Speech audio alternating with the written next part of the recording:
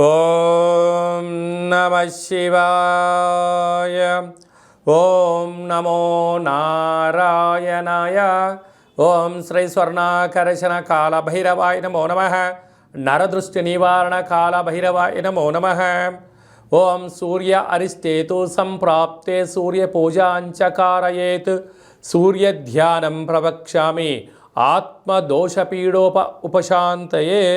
హరి ఓం. మా ఛానల్కి స్వాగతం. చూస్తున్న వీక్షకులకు, ప్రేక్షకులకు, ప్రియ కాళభైరవ భగవద్బంతులకి స్వాగతం పలుకుతూ మమ్మల్ని ఎంతగానో ఆదరిస్తూ ఉండబడినటువంటి ప్రియ సోదరీమణులకు అందరికీ కూడా, సనాతన ధర్మ వీక్షకులకు, సంరక్షకుల అందరిపైనను రథసప్తమి అనగా సూర్యుడి యొక్క జయంతి సందర్భంగా అందరికీ నిండు నూరేళ్ల ఆయురారోగ్యాలను ప్రసాదించాలని, ఎవరికి కంటి సమస్యలు, దేహ సమస్యలు, ఆత్మ సమస్యలు, అనారోగ్య సమస్యలు వాళ్ళకు రాకుండా సంపూర్ణ ఆయురారోగ్యాలు ప్రసాదించాలని సూర్యభగవానుని వేడుకుందాం. 16వ తారీఖు 2వ నెల 2024 నుండి 29/2/2024 వరకు పుట్టినటువంటి వారందరికీ కూడా ముందస్తుగా జన్మదిన శుభాకాంక్షలు. గతంలో వివాహం చేసుకున్న వారికి వివాహ వార్షికోత్సవ శుభాకాంక్షలు. ద్వాదశ రాశుల్లో గ్రహ గమనాన్ని ఒకసారి వీక్షింపచేద్దాం. మేషరాశిలో గురు సంచార స్థితి, కన్యరాశిలో కేతు సంచార స్థితి, మకర రాశిలో కుజుడు, బుధుడు మరియు శుక్ర సంచార స్థితి, కుంభరాశిలో రవి మరియు శని సంచార స్థితి, మీనరాశిలో రాహు సంచార స్థితితో ద్వాదశ రాశులలో గ్రహ గమనాలు ఫిబ్రవరి ద్వితీయార్థంలో ఈ విధంగా ఉన్నాయి. అలాగనే 21వ తారీఖున బుధుడు కుంభరాశిలోకి సంచారం చేయడం వల్ల అక్కడే ఉండబడినటువంటి రవి భగవానుడితో బుధుడు కలిసి ఉండడం వల్ల బుధాదిత్య రాజయోగము అంటారు. ప్రభుత్వ ఉద్యోగం ప్రయత్నం చేసేటువంటి వారికి ఇది చాలా మంచి కాలము అని చెప్పి గమనించాలి. కుంభరాశి వారు రథసప్తమి సందర్భంగా ఎలాంటి విధి విధానాలు పాటించాలో ఈ వీడియోలో సవివరంగా సంపూర్ణంగా తెలుసుకుందాం. కుంభరాశిలో ఏ నక్షత్రాలు వస్తాయనగా ధనిష్ఠా నక్షత్రంలోని 3వ పాదం, 4వ పాదం, శతభిష నక్షత్రంలో 4 పాదాలు, పూర్వాభాద్ర నక్షత్రంలోని 1, 2, 3 పాదములు కలిపితే కుంభరాశి. కుంభరాశి యొక్క అధిపతి శనేశ్వర స్వామి వారు. వీరికి ఒకవైపు ఏళ్ళనాటి శని సంచార స్థితి కూడా జరుగుతున్న విషయం తెలిసినటువంటివే. అందులో మధ్యమ సంచార స్థితి కూడా జరగడం, అదే కాకుండా చాలామందికి పుట్టినటువంటి కాల సమయంలో డేటా ఆఫ్ బర్త్లు లేనటువంటి కారణం చేత పేరు యొక్క మొదటి అక్షరాన్ని అనుసరిస్తూ ఆ రాశిని తెలుసుకునే ప్రయత్నం చేద్దాం. గు, గే, గో, సా, సి, సు, సే, సో, ద అక్షరాల వరకు కుంభరాశి జాతకులే.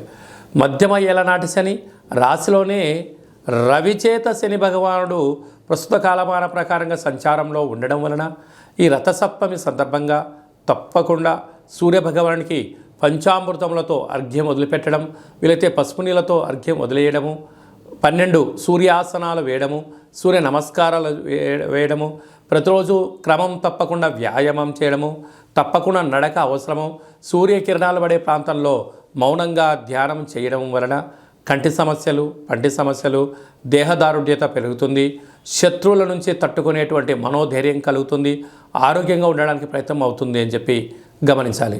రాశిలోనే ఏడాది తర్వాత రవి భగవానుడు సంచారం చేయడం వలన దూర, వాయు, జల ప్రయాణాలు చేసేటప్పుడు తొందరపాటు నిర్ణయాలకు సరైన సమయం కాదు. మీ జన్మ నక్షత్రం రోజున అష్టమి పూర్ణిమ తిథి ఎందున మౌనంగా ఉండే ప్రయత్నం చేయండి. వీళ్ళతో గోమాతకు ఆహారం పెట్టండి, నదిలో చేపలకు కానీ జల జీవరాశులకు ఆహారం వేయండి, పక్షులకు పెట్టండి. మీరు ప్రతిరోజు క్రమం తప్పకుండా భోజనం చేసేటప్పుడు అన్నము, పప్పు, చారు, పెరుగును కలుపుకొని ఒక ముద్ద కుక్క భగవానుడికి, మరో ముద్ద కాకి భగవానుడికి మీరు పెట్టగలిగినట్లయితే కర్మ దానం అవ్వడం వలన శనిదోష నివారణ తగ్గుతుందని చెప్పి గమనించాలి.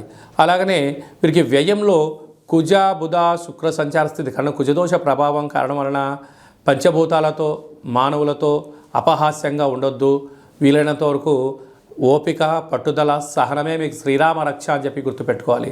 నీటి వ్యాపారాలు, హోటల్ వ్యాపారాలు, సాఫ్ట్వేర్, హార్డ్వేర్ ఉద్యోగస్తులు ఎన్నో జాగ్రత్తలు అవసరమని చెప్పి జ్యోతిర్విజ్ఞానం సూచిస్తుంది. ఫిబ్రవరి మాసంలో 16వ తారీఖు నుండి 29వ తారీఖు వరకు ముఖ్యమైనటువంటి పండగల గురించి క్లుప్తంగా, సవివరంగా, సంపూర్ణంగా తెలుసుకుందాం. 16వ తారీఖున మాఘమాస శుద్ధ సప్తమి, రథసప్తమి.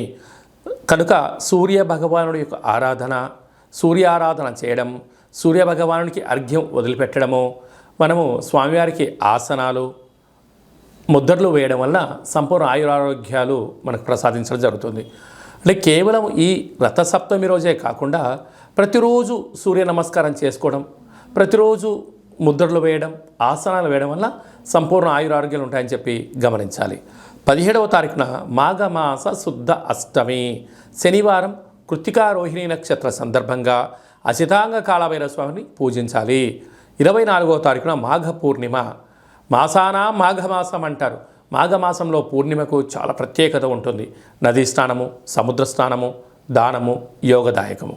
అలాగనే మనకు 27వ తారీఖున మాఘమాస బహుళ అష్టమి మంగళవారం. ఈ 3 అంటే శుద్ధాష్టమి, బహుళాష్టమి, పూర్ణిమ, ఇవి 3 విశిష్టమైన పండుగలంతా కూడా ఫిబ్రవరి నెలలో ద్వితీయార్థంలో రావడం వలన అసితాంగ కాళభైరవ స్వామివారిని పూజించడం వలన సంపూర్ణమైన అష్ట కష్టాలు తొలగిపోతాయి, అష్ట ఐశ్వర్యాలు కలుగుతాయని చెప్పి గమనించాలి.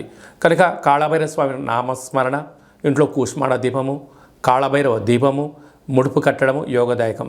అవన్నీ కుదరనటువంటి పక్షంలో ఈ కింది నెంబర్ సంప్రదించినట్లయితే మీ పేరుపైన భగవంతుడికి అర్చన, అభిషేకము, హోమము, కూష్మాండ దీపము మీకు చేయించి వీడియో కాల్ ద్వారా చూపించి ప్రసాదాన్ని కూడా మీకు పంపించడం జరుగుతుందని చెప్పి గమనించాలి.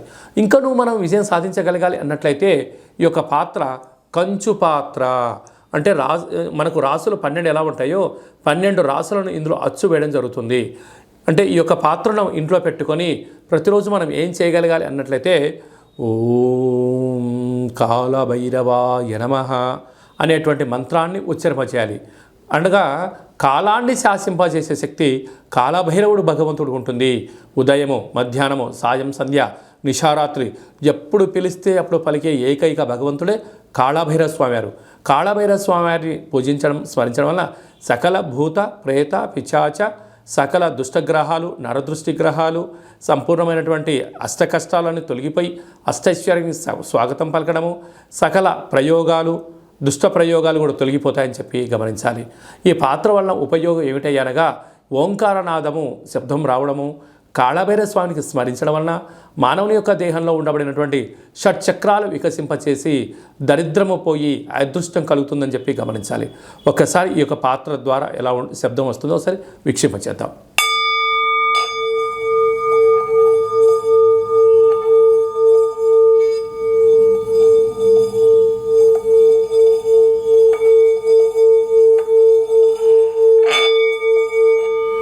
ఇలాగా ఓంకార శబ్దాన్ని మనం చూసాం. అలాగా శబ్దద్వర్థం వలన సకల అష్ట కష్టాలు తొలగిపోతాయి, అష్టైశ్వర్యాలు కలుగుతాయని చెప్పి గమనించాలి. ఈ యొక్క కంచు పాత్రతో పాటు ఒక కాళభైరవ స్వామి యొక్క పిరమిడు, డాలరు, కంకణము, విగ్రహము, అలాగనే మీకోసం ప్రత్యేకంగా కాళభైరవ హోమాన్ని ప్రత్యక్ష ప్రసారంగా వాట్సాప్ కాల్ ద్వారా చూపించి మీకు అందజేయడం జరుగుతుంది. మీ పేరుపైన కూష్మాండ దీపం కూడా పెట్టడం జరుగుతుంది. ఆసక్తి గలవారు ఈ కింద నెంబర్ని సంప్రదించవచ్చు. అలాగే మీ వ్యక్తిగత జాతకం తెలుసుకోవాలనుకుంటున్నారా? మీరు పుట్టినటువంటి తేదీ, నెల, సంవత్సరం, పుట్టిన సమయం రాసి పంపించినట్లయితే 100 సంవత్సరాల జాతకాన్ని రాసి పంపించి మీరు పుట్టినప్పుడు గ్రహ గమనాలు ఎలా ఉన్నాయి, ప్రస్తుతం ఎలా ఉంటున్నాయి, రాబోయే కాలం ఎలా ఉంటున్నాయో సవివరంగా సంపూర్ణంగా మీకు తెలియజేయడం జరుగుతుంది. అలాగే చాలామందికి డేటా ఆఫ్ బర్త్లు లేనటువంటి వాళ్ళు ఎవరైనా ఉన్నట్లయితే మీ పేరు యొక్క మొదటి అక్షరాన్ని అనుసరిస్తూ ఆ రాశిని తెలియచేస్తూ కాళభైరవ ఉపాసన చేత భూత, భవిష్యత్, వర్తమానాన్ని తెలియచేస్తూ మీ జాతకం చెప్పించుకున్న ప్రతి ఒక్కరికి కూడా మన యొక్క కాళభైరవ స్వామి యొక్క దేవాలయంలో అర్చన, అభిషేక, హోమ కార్యక్రమాలను కూడా చూపించి మీతో స్వామివారికి నమస్కారం పెట్టించడము, స్వామివారికి ఆశీస్సులు మీకు ప్రసాదింపజేయడం జరుగుతుంది అని చెప్పి గమనించాలి. ఆసక్తి గలవారు అపాయింట్మెంట్ తీసుకొని సంప్రదించగలరు. అలాగే మీ అబ్బాయికి కానీ అమ్మాయికి కానీ ఎంత ప్రయత్నం చేసినా వివాహం అవ్వడం లేదా, ఎందుకు అవ్వట్లేదో తెలుసుకొని వచ్చినటువంటి జాతకము, వధూవరుల జాతకాలు, జాతక పొంతన చూసి వీరికి వివాహ యోగము, సంతాన యోగము, ఎలాంటి యోగాలు ఉన్నాయో తెలియజేయడం జరుగుతుంది. అలాగే గతంలో వివాహమైన దంపతులు తరచూ గొడవ పడుతున్నారా? వారి జాతకంలో కానీ పేర్లో కానీ ఏమైనా స్వల్పమైన మార్పులు చేయడం వలన వాళ్ళు పార్వతీ పరమేశ్వరులాగా కలిసి ఉండేటువంటి ఆధ్యాత్మిక సలహాలు, సూచనలు కూడా ఇవ్వడం జరుగుతుంది. అలాగనే మీకు అబ్బాయి కానీ అమ్మాయి కానీ పుట్టినప్పుడు ఎలాంటి పేర్లను పెట్టాలో మీకు తెలియజేయడం కూడా జరుగుతుంది. చాలామందికి కాళభైరవ మంత్ర సాధన ఎలా చేసుకోవాలి, కాళభైరవ స్వామికి ఆశీస్సులు ఎలా పొందాలి అనుకుంటున్న వారందరికీ కూడా మన యొక్క దేవాలయంలో కాళభైరవ స్వామి యొక్క మంత్ర ఉపదేశం ఇవ్వడము, కాళభైరవ స్వామి యొక్క ఆశీస్సులు ఎలా పొందాలో సవివరంగా సంపూర్ణంగా తెలియజేయడం జరుగుతుంది. అనేక మందికి మీరు పుట్టినటువంటి రోజున, మ్యారేజ్ డే రోజున మీరు అర్చన అభిషేకం చేయించుకోవాలనుకుంటున్న వారందరికీ కూడా మన యొక్క కాళభైరవ స్వామి యొక్క దేవాలయంలో మీ పేరుపైన స్వామివారికి అభిషేకము, అర్చన, కాళభైరవ హోమం కూడా చేయించడం జరుగుతుంది. అలాగే అన్నప్రసాద వితరణ కూడా చేయడం జరుగుతుంది. ప్రధానంగా అందరికీ వ్యక్తిగత నరుడు యొక్క దృష్టికి నల్లటి నాపర ఎలా బద్దలు అవుతుంటుందో మీ అందరికీ కాళభైరవ స్వామి వారి యొక్క రుద్రాక్షని మీకు నరదృష్టి నివారణ ప్రసాదంగా పంపించడం జరుగుతుంది. కనుక ఆసక్తి గలవారు ఈ కిందమును సంప్రదించి నరదృష్టి రుద్రాక్షను సంపాదించి ఆ యొక్క దుష్టగ్రహాన్ని దూరం చేసుకొని అదృష్ట లక్ష్మికి స్వాగతం పలకగలరు. అందరిపైనను కాళభైరవ స్వామి యొక్క ఆశీస్సులు, అసితంగా కాళభైరవ స్వామికి ఆశీస్సులు ఉండాలని కోరుకుంటూ ఆశీర్వచనం. ఓం కాళకాలాయ విద్మహే కాళాతీతాయ ధీమహి తన్నో శ్రీ స్వర్ణాకర్షణ కాళభైరవ ప్రచోదయాతు. అందరికీ నరదృష్టి నివారణ కలగాలని, అందరికీ చల్లని చూడు ప్రసాదించాలని కాళభైరవ స్వామి వేడుకుందాం. ఈ వీడియో మీకు నచ్చినట్టయితే లైక్ చేయండి, షేర్ చేయండి, మా ఛానల్ని సబ్స్క్రైబ్ చేసుకోండి, పైన ఆల్ అనే బటన్ కూడా తెలియచేయండి. ఈ భక్తి సమాచారాన్ని మీరు ఎవరి గురించి ఆలోచన చేస్తున్నారో, మీ క్షేమం గురించి ఎవరు ఆలోచన చేస్తున్నారో ఈ భక్తి సమాచారాన్ని చేరవేసి కాళభైరవ స్వామికి ఆశీస్సులు పొందగలరు.